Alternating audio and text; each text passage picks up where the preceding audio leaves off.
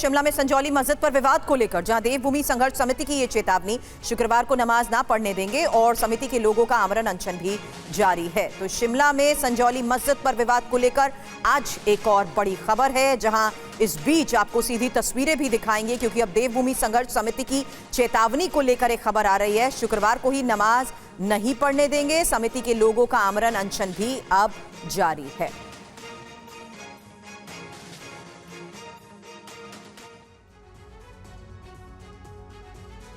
तो शिमला में जो संजौली की मस्जिद है, जिसे पूरी तरह से अवैध बताया गया है, इसको लेकर किस तरह से धर्मयुद्ध छिड़ा हुआ है, पूरी खबर।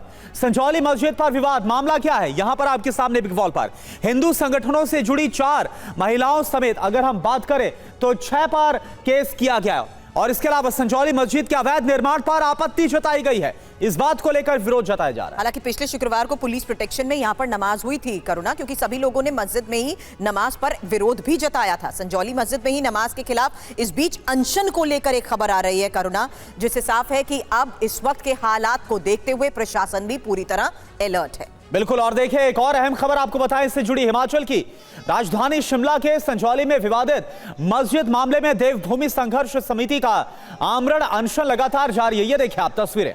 देवभूमि संघर्ष समिति ने चेतावनी दी है, वार्न कर दिया है कि वो आज संजौली मस्जिद में किसी भी मुसलमान को नमाज नहीं पढ़ने दिया जाएगा।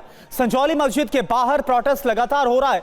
हिंदू संगठनों के ऐलान के बाद प्रशासन अलर्ट मोड पर है। मस्जिद के आसपास बैरिकेड्स लगा दिए गए। ये देखिए आप 4 तस्वीरें इस विवाद को लेकर आपके सामने। इस वक्त के हालात क्या हैं, हमारे सहयोगी से करें बात। उससे पहले इंफॉर्मेशन वॉल पर एक डिटेल आपके सामने कि आखिर देवभूमि संघर्ष समिति की मांग क्या है, क्योंकि फिलहाल आपको बता दें जिस तरीके से समिति की मांग सामने आ रही है, संजौली की अवैध मस्जिद का पूरा ढांचा गिराया जाए, ये बात कही गई है, और अवैध मस्जिद का बिजली पानी कनेक्शन भी काट दिया जाए। इसके अलावा हिंदू संगठनों से जुड़े 6 लोगों पर दर्ज जो केस है उसको तुरंत वापस लिया जाए, यह देवभूमि संघर्ष समिति की तरफ से डिमांड रखी गई है। हालांकि मस्जिद हटाने की मांग कर रहे प्रदर्शनकारियों की तरफ से फिलहाल क्या कहा गया, सुनिए।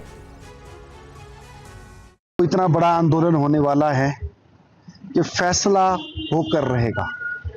प्रशासन को झुकना पड़ेगा, क्योंकि आर पार की लड़ाई करने के मूड में यहाँ का सनातन समाज आज आया हुआ है। हम प्रशासन को बोल रहे हैं, आज हमारे साथी आप देखिए मदन ठाकुर जी, हालात इतनी बुरी हो चुकी है कि कल से लेके वो उनका बोल पाना भी मुश्किल हो रहा है। परंतु प्रशासन को, सरकार को इन सब चीज़ों का कोई फर्क नहीं पड़ने वाला है, कोई फर्क नहीं पड़ने वाला है। इसलिए हमने पूरे सनातन समाज का आह्वान किया है, यदि आपकी तरफ से कोई लाठी हम पे आई, किसी व्यक्ति पे आई, उसका विपरीत नज़ारा आपके ऊपर भी होगा। उसका जिम्मेवार, कल कोई खून खराबा होता है, कोई मर मिटता है, उसका जिम्मेवार ये एमसी शिमला प्रशासन सरकार होगी, जो निरंतर हिंदू विरोध में कार्य करने में अपने आप को खुश रखने में की कोशिश कर रही है। मैं आपसे निवेदन करूंगा। और देखिए, शिमला की संजौली से हमारे संवाददाता मोहित मल्होत्रा इस वक्त लाइव है। वहां पर क्या हालात बनते नजर आ रहे हैं, मोहित से ही जानते हैं। मोहित, हिंदू संघर्ष समिति ने तो साफ ऐलान कर दिया है कि अब आर पार का संघर्ष होगा और किसी भी मुसलमान को नहीं घुसने दिया जाएगा नमाज पढ़ने के लिए। जरा हालात बताइए, क्या हो रहे हैं?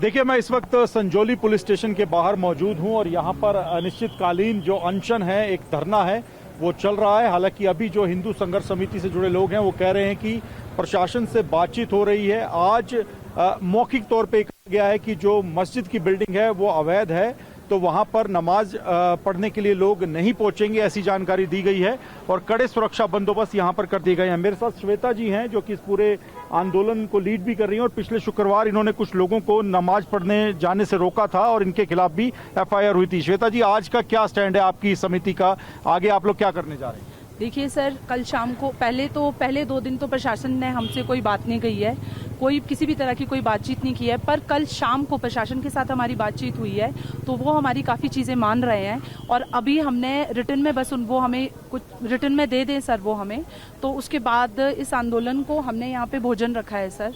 हम खुशी, अपनी बात मनवाने की खुशी के साथ हम इसको खत्म करेंगे सर। बस अब पूरी बात 11 बजे जो आपने बाकी हिंदू संगठनों के लोगों को बुलाया, वो कॉल अभी जस की तस है, अभी इंतजार कर रहे हैं आप? जी बिल्कुल, वो कॉल अभी वैसी है सर।